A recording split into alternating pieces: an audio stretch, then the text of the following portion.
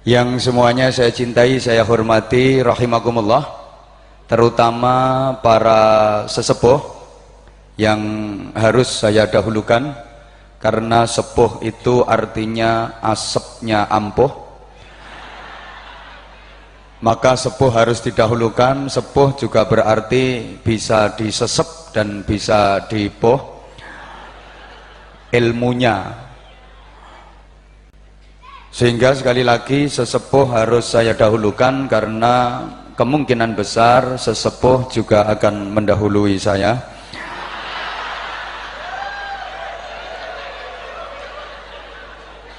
Ya, meskipun segala kemungkinan bisa terjadi dalam kematian,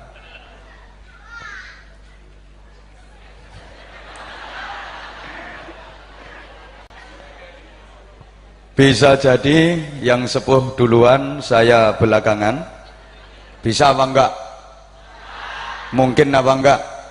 Mungkin. Atau sebaliknya, saya belakangan, yang sepuh duluan. Silakan. Yang jelas, Bapak Ibu Saudaraku jamaah sekalian, kematian itu bisa terjadi secara tiba-tiba dan tak terduga. Kepada siapa, kapan, di mana, dan dalam kondisi yang bagaimana. Contohnya seperti orang yang mati kecelakaan, itu kan tiba-tiba dan tak terduga. Subhanallah, Bapak Ibu Saudaraku, baru saja beberapa waktu lalu teman saya sendiri, dan saya menyaksikan sendiri, teman saya tuh lagi nelpon, dia asyik-asyiknya nelpon belum selesai mati, pulsanya habis. Nah, jadi ternyata mati itu bisa terjadi secara tiba-tiba dan tak terduga. Wong asik-asike nelpon, lah mati, pulsanya habis. Itu bukti bahwa mati itu bisa terjadi secara tiba-tiba dan tak terduga. Ada orang lagi mancing di kali, mancing sambil merokok, rokok dihisep belum habis, jatuh ke kali, mati rokoknya. Sesungguhnya kematian itu a mysterious problem.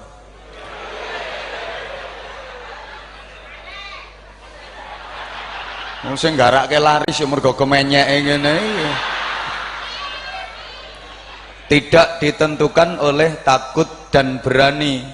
Berani tidak mempercepat, takut tidak memperlambat. Bukan berarti yang berani mati duluan, yang takut mati belakangan. Enggak. Yang ditentukan oleh takut dan berani itu anak sunat. Yang berani sunat duluan, yang takut sunatnya belakangan.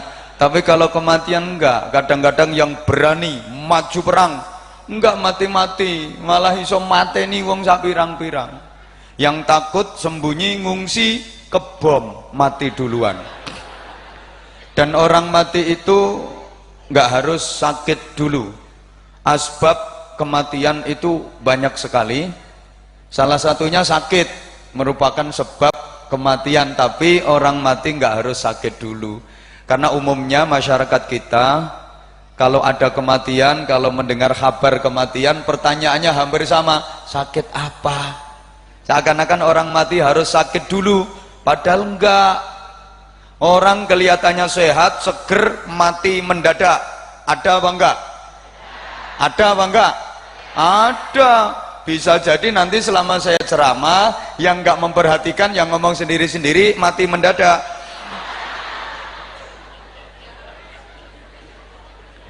Sakit itu kadang-kadang cara Allah untuk menyayangi hambanya, cara Allah untuk mencintai hambanya, dengan diberi sakit agar hamba itu mendekat kepada Allah, agar hamba itu semakin dekat kepada Allah, maka diberi sakit.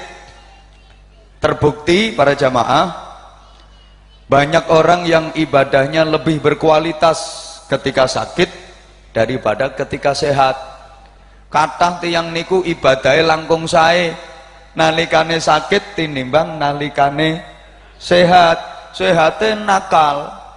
Ono tung nyang di mangkat, tung nyang di budal, elektron budal, dangdutan budal, ledek tanggap tandaan budal, nakal. Begitu sakit rajin ke masjid.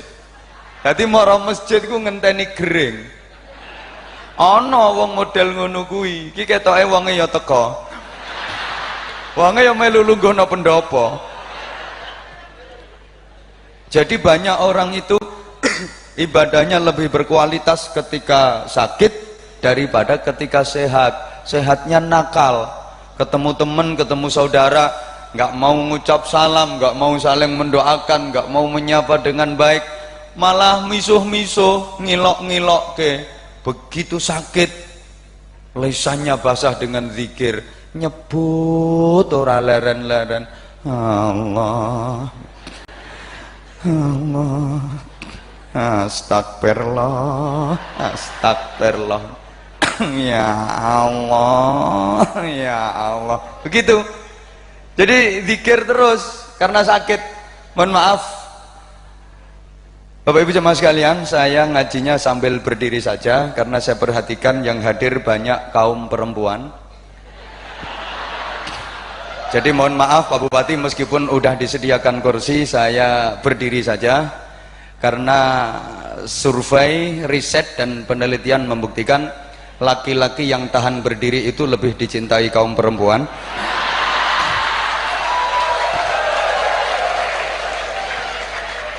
Daripada laki-laki yang kelumbrak-kelumbruk.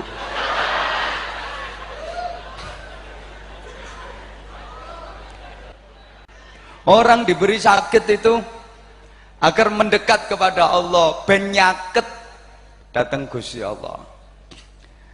Dalam sejarah kita tahu Raja Fir'aun laknatullah alaih itu sepanjang hidupnya nggak pernah sakit sama sekali. Sak lawase urip Raja Fir'aun itu gak nate loro. Makanya terus metu sombonge. Bahkan dia memproklamirkan diri sebagai Tuhan.